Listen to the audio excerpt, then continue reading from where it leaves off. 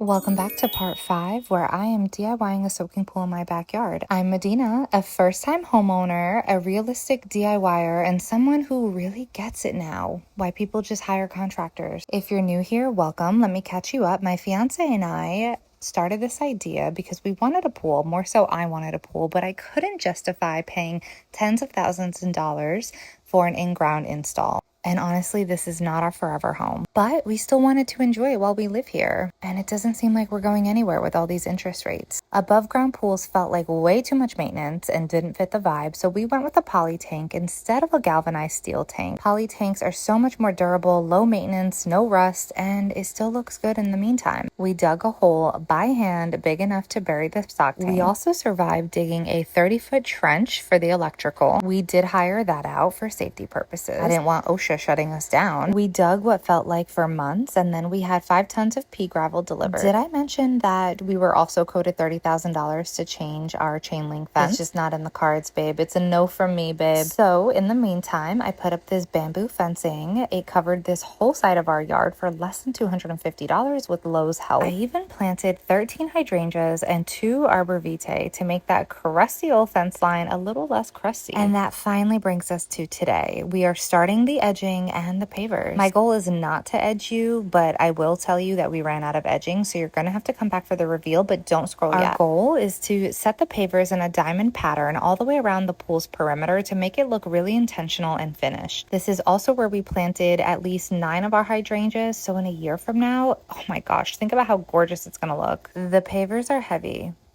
My hands are already plotting revenge. I started wondering halfway through if real stones would have been easier for the edging, but let's be honest, I was not about to dig any more than I already have this summer. Me and this edging though, we're enemies.